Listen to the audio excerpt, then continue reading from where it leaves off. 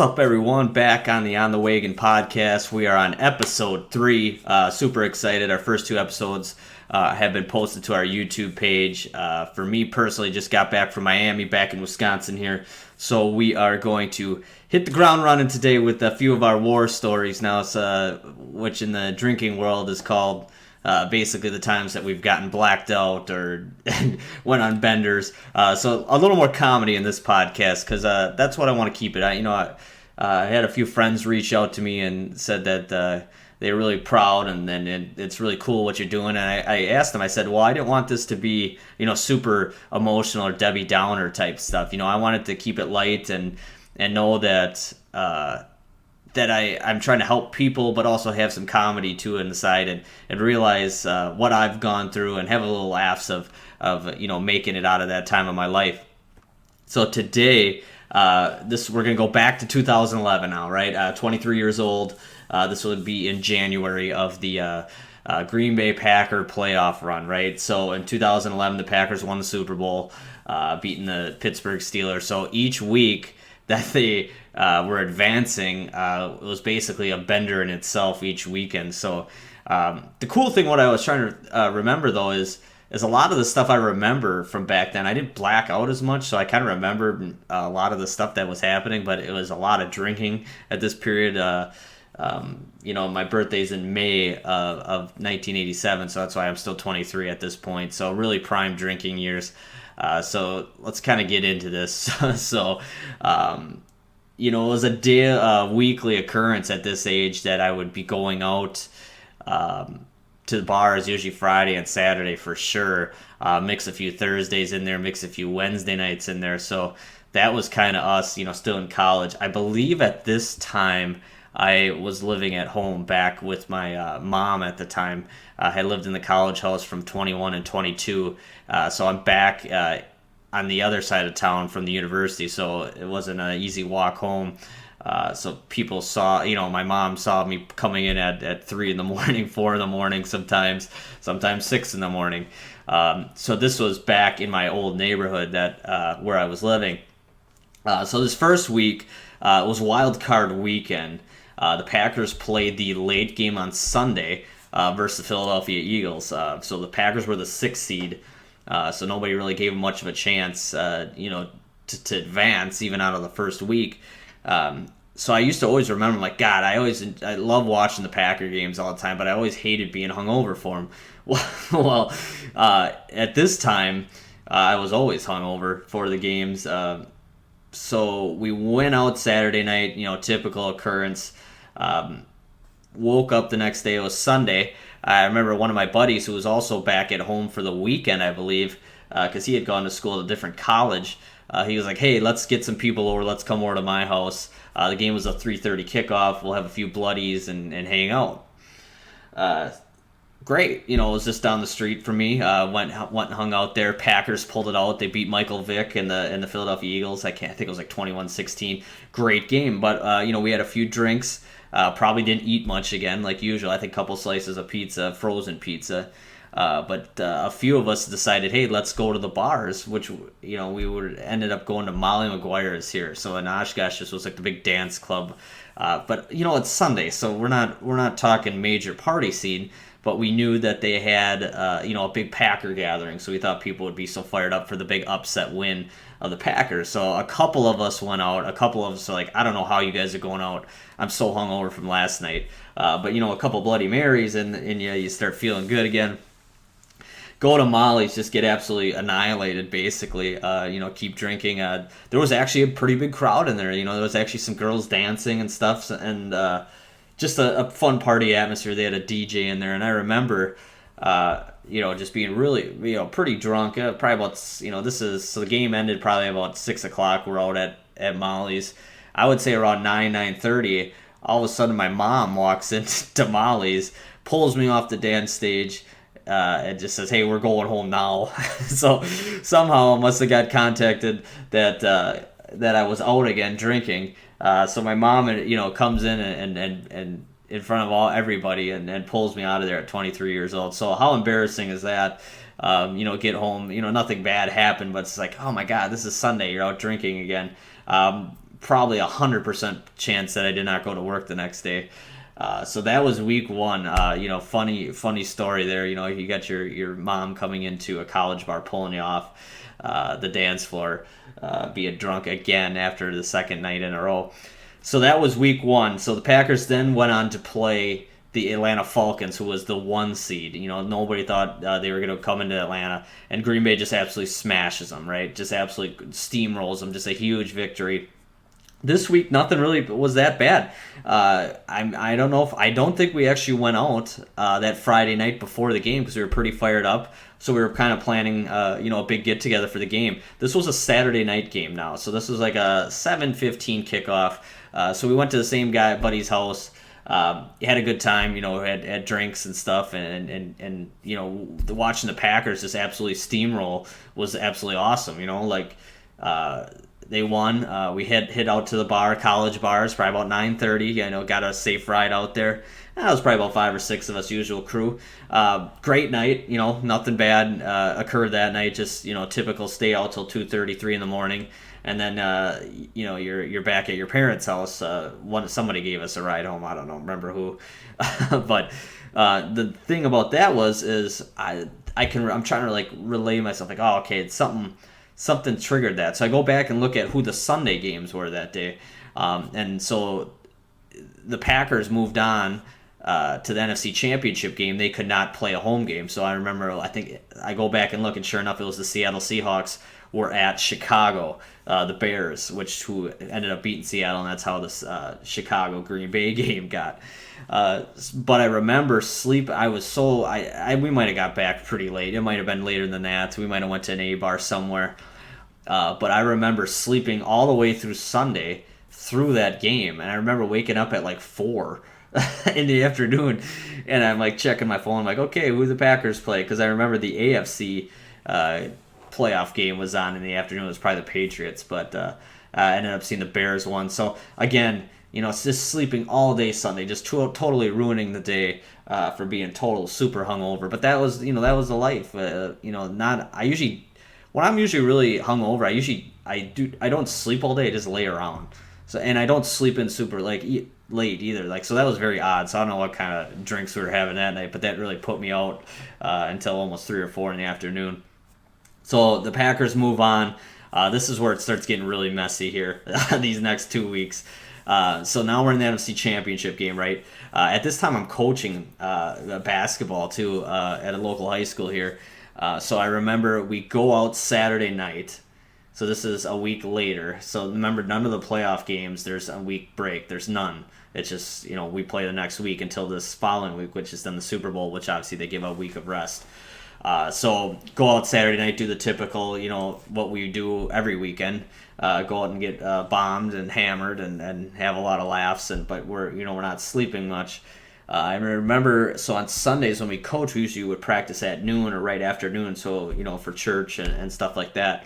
So I remember the Packers had the 2 o'clock game. Yeah, I believe 2:30 game. They played the Bears in the NFC Championship game. So had practice. Wasn't feeling too bad. I remember at practice, just really tired. But then I was going over to my dad's house to watch the NFC Championship game. Wasn't planning on drinking. Wasn't planning on anything. Well, then the Packers prevailed for the first Super Bowl appearance in quite a long time. And we started drinking at my dad's. Had a couple beers and had some kind of mix, a couple shots or whatever. All of a sudden, the texts start raining. Hey, we're at downtown. We're in Oshkosh. Let's come to a few bars. Now this was another group of friends. So me and my dad come down there, go down. We're having a great time. I'm sure we're ripping shots. But all of a sudden it's okay, now it's 7, 8 o'clock at night. I am absolutely plastered. I don't really remember much that was going on there. But apparently, after I left, I had gone outside. Now, I don't know if I was kicked out of this bar or what exactly, but I had gone outside, and those cigarette containers that people put their smokes in, apparently I picked that up and tossed it. Well, that caused an issue, obviously. So as they were trying to drag me out of this place before I got into trouble, even more out of the parking lot, I actually just kind of collapsed and fell down and scraped my face up pretty good. I remember. So I had like road rash because they were trying. It was just like a lifeless body, which I was awake, but I just like I don't know what happened. So once I got back on my feet, we were walking back to I don't know somebody's house, and then I ended up kicking some guy's car on the way home. Like just absolute ridiculous what was happening. So the next morning, I wake up and I'm like, I really don't have any recollection of it, but my face is really messed up. Like I have like a pretty big scar and cut underneath my eye and like this road rash burn. So that put me out of work for a few days because here I got this thing on my face that I'm trying to repair that put me out of coaching for a few days. So yeah, I think I probably didn't get back to the swing of things till Thursday.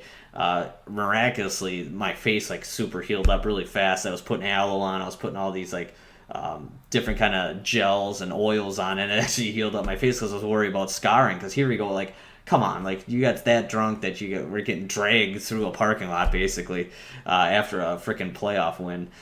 So that was the worst one out of everything. Like that was one of my ultimate rock bottom times.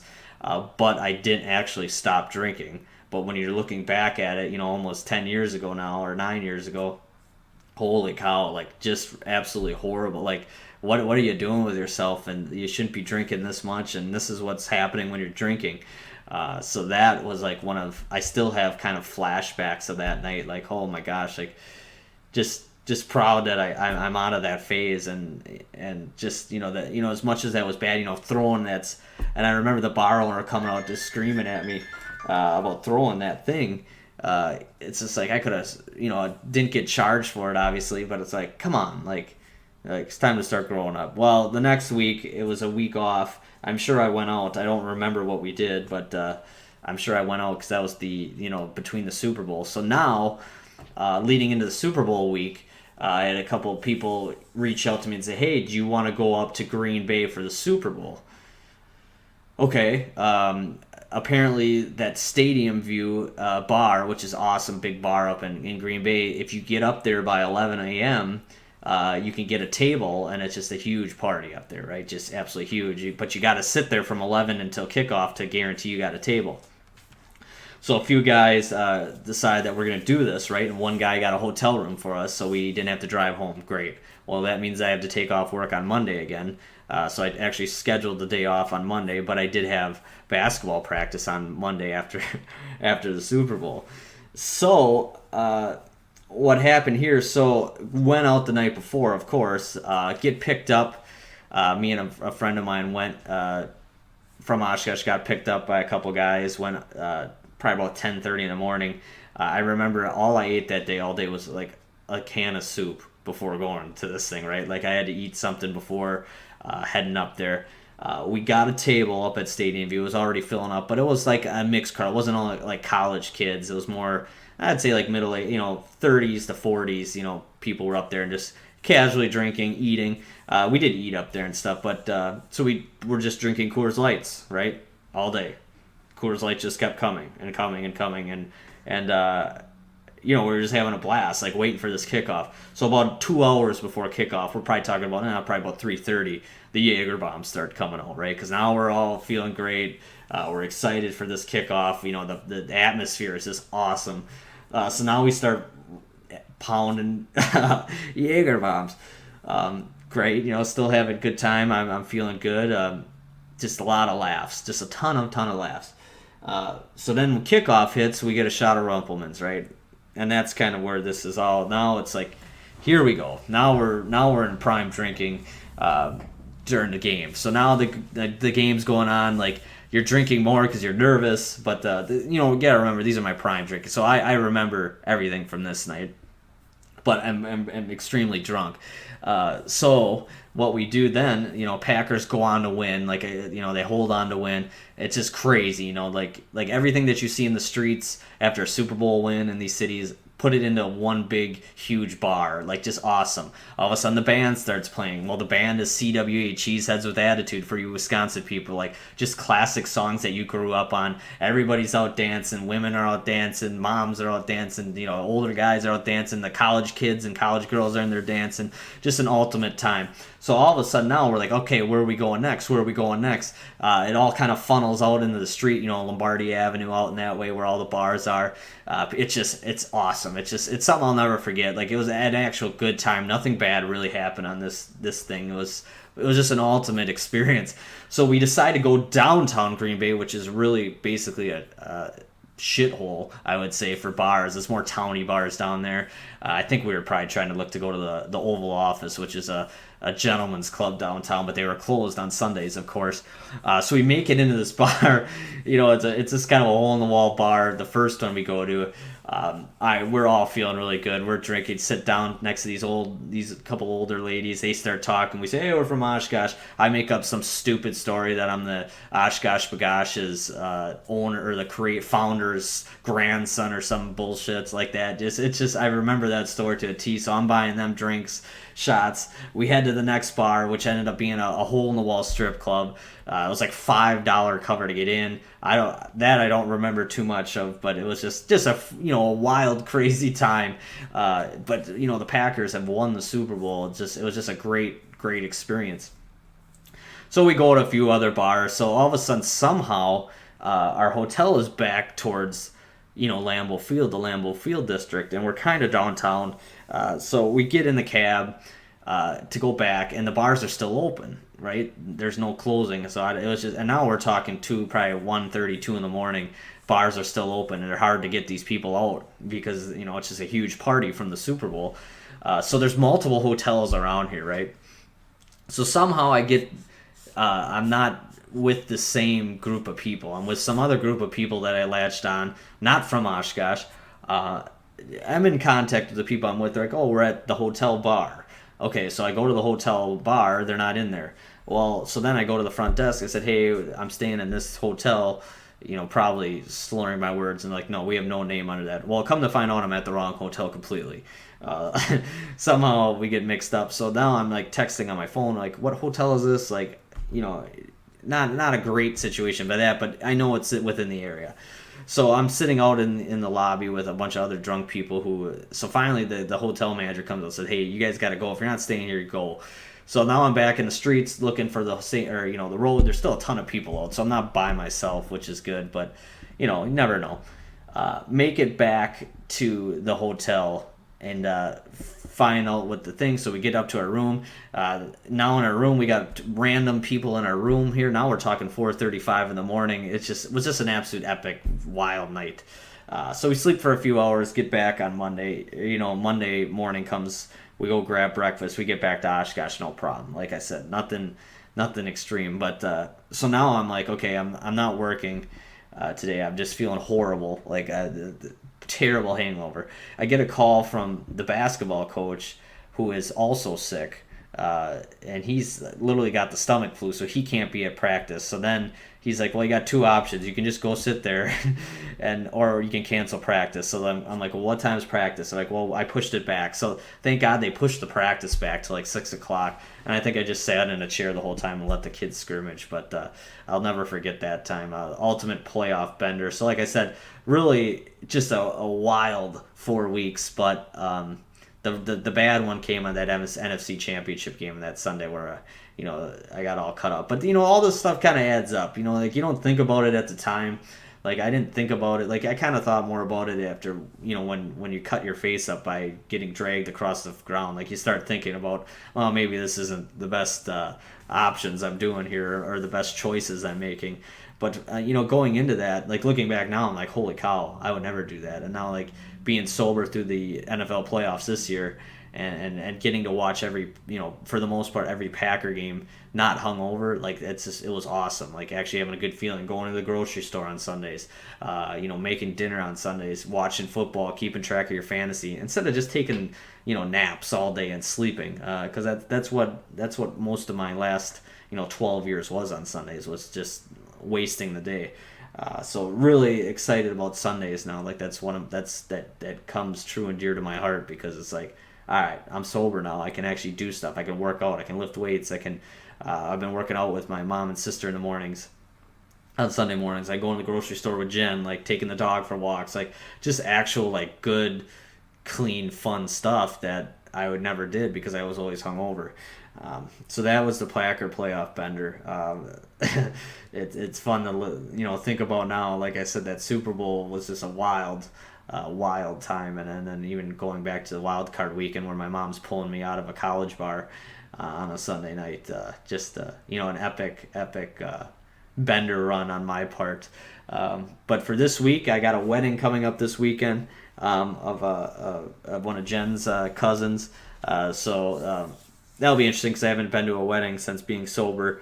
But I know I'm going to be with Jenny, and so that will help me come. I'm not too worried about that one. But you never know when you're around. Weddings in Wisconsin tend to get pretty rowdy. So it's going to be interesting to go to a wedding and not drink. I don't think I've ever done that in my entire life, besides before I was in high school probably, or even in late high school years, I was probably had a beer or two. So interesting weekend coming up, but excited for it. It'll be good people that are getting married. So after that, next week we will do another pod. I don't know what we're gonna do yet. We might get actually Jenny wants to come on the pod and kind of talk about how living with somebody that's in recovery and living with somebody who's not drinking anymore. Jenny was always like, it's really weird for her, I think, because she's like, oh gosh, like she can handle her drinking, like she can handle one or two at a sitting or one at lunch or dinner, like when we're on vacation, and is fine with it. But she always feels like obligated, like, oh, I shouldn't be drinking. I'm like, no, don't. This is my life. You can't change your thing. Like, you can handle it. That's fine. So that went really smooth this weekend. She had a couple drinks all week only, but that didn't bother me one bit. So I was just doing coffee buffet. So if you ever see #coffee_buffet, that's my new thing, is having all kinds of different coffees. We had Cuban coffee there. We had espressos. We had all kinds of cool stuff. So when you see coffee buffet on my Instagram, that's kind of what I'm doing now. Just pounding the coffee instead of the booze, which is fine by me. Anyways, that will kind of wrap up this week's episode. Fun one. Make sure you share this with your family and friends. More of a laugh. If you want to listen to this pod, maybe listen to it at work with some headphones on. Not saying anything too bad, but one of my ultimate benders. Had to get this one out right away. So like I said, don't forget about our Instagram page, our YouTube page. Also, actually going to be promoting. I'm actually creating an event that's going to be coming up in March. I'm going to announce maybe next week, which I want everybody that listens to the pod to join us. It's going to be a really fun event. So stay tuned for that. Otherwise, on the wagon, just remember, if you don't drink today, can't get drunk today. Signing off.